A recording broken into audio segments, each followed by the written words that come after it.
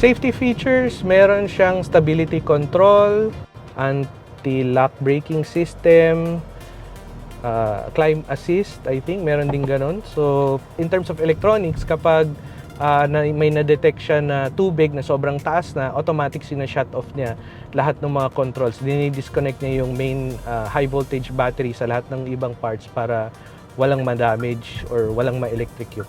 Okay, on a regular day, dinadala natin yung sasakyan natin panghatid sundo ng mga bata and pagpunta sa mga client offices, no? Kasi yung business natin is software development, gumagawa tayo ng mga web apps, mga ganon.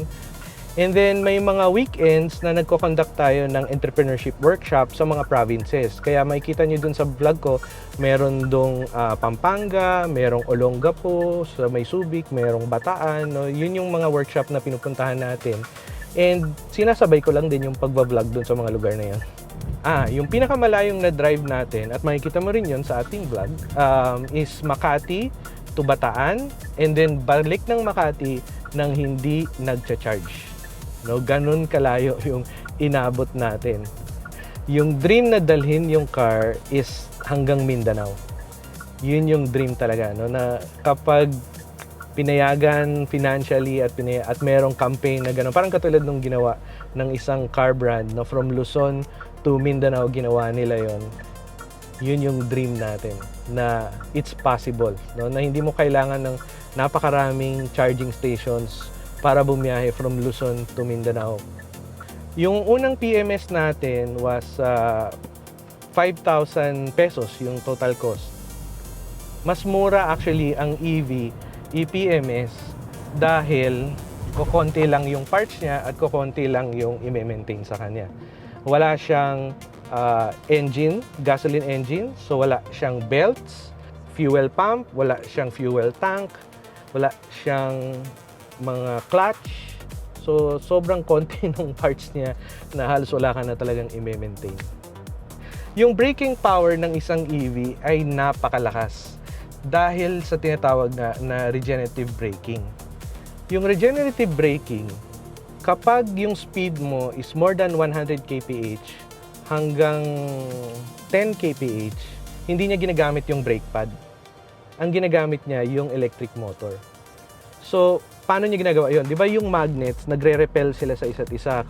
So, yung electric motor na nakakabit diretso sa axle ng gulong, mas malakas siyang pumigil kaysa sa brake pad.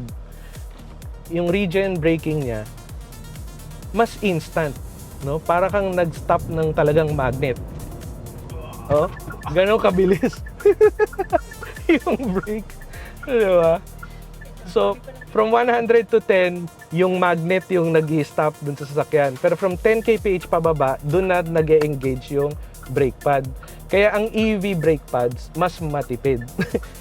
Nung time kasi na nagsha-shopping kami for an EV, ang budget namin is below 2M. Masyado nang mahal para sa amin yung 2M.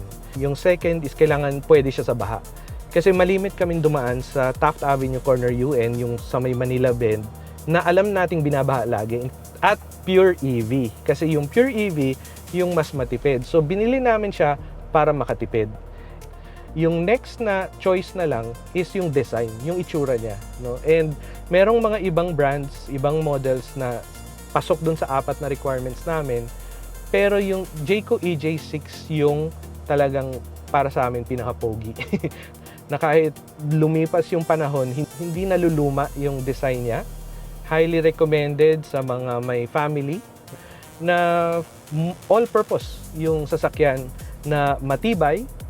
May all-wheel variant din to, may off-road variant din to. Makikita nyo dun kung saan-saan to dinadala sa mga bundok, sa mga lubak na kasing lalim ng tuhod mo yung lubak, sa maputik na lugar, at kayang-kaya nitong EV, no? Yung tibay na yon. And dahil sa ganun siya katibay, yung maintenance and yung parts, hindi magiging issue. Yung regular, yung mga Japanese brands, yung mga ganyan na kilala, yung warranty nila sa sasakyan nila, siguro 5 years lang or 3 years yung warranty. Pero yung mga EVs or BEVs, pure EVs, ang warranty nila 8 years. Ganun sila kasigurado na yung pagka-bog down ng isang EV ay napakaliit na chances. No? Kasi usually ang mga auto dealers, yung warranty na binibigay nila, yun yung half ng expected life nila ng sasakyan. So, kung 8 years yung warranty nila, ang expected life nila ng sasakyan is around 16 years. Ngayon ang tanong, gaano katagal na yung huling sasakyan na ginamit mo? No? At ang tanong din is, kailan ba yung magandang time kumuha ng EV? Meron tayong Evida Law, no, na mag-expire sa 2030. And yung Evida Law na yun yung nagbibigay ng exemption sa coding ng mga EVs. And yun din yung nagbibigay ng discount sa taxes at nagbibigay priority sa LTO registration ng mga EV hanggang 2030. So kung bibili ka ng EV, kailan? Kahapon dapat. Okay, cons sa EV is hindi pwedeng basta-basta ka na lang magdadrive. No? Hindi pwede yung masyado kang random na hindi mo pinaplano yung biyahe mo. Kasi ngayon nga, since kukonti pa lang yung mga charging stations, kailangan mong planuhin kung saan ka pupunta, saan ka mag-i-stay, at saan ka mag-charge.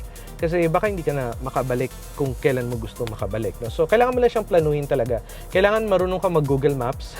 Pag ginamit mo si Google Maps from saan ka manggagaling doon sa pupuntahan mo, makikita mo ilang kilometers yon.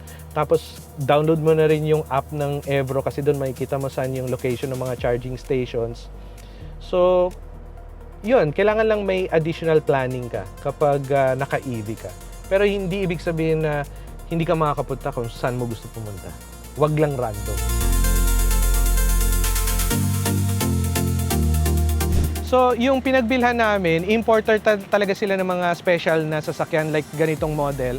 So, nung time na nakita namin online, available na talaga siya. Nandun na siya sa showroom, no? And tiningnan na lang namin magkano, nag-negotiate, ano yung mga freebies and so on. So, nung nagka-agreehan na, nandun na yung unit. So, binalikan na lang namin para bayaran at kunin yung unit. And that is the Jayco EJ6. O mga kamanibela, na-enjoy nyo ba ang rugged and powerful drive nito? Let us know in the comment section at huwag kalimutang mag-like, subscribe at follow for more vehicle updates and reviews. At laging tandaan, mata sa kalsada, kamay sa manibela.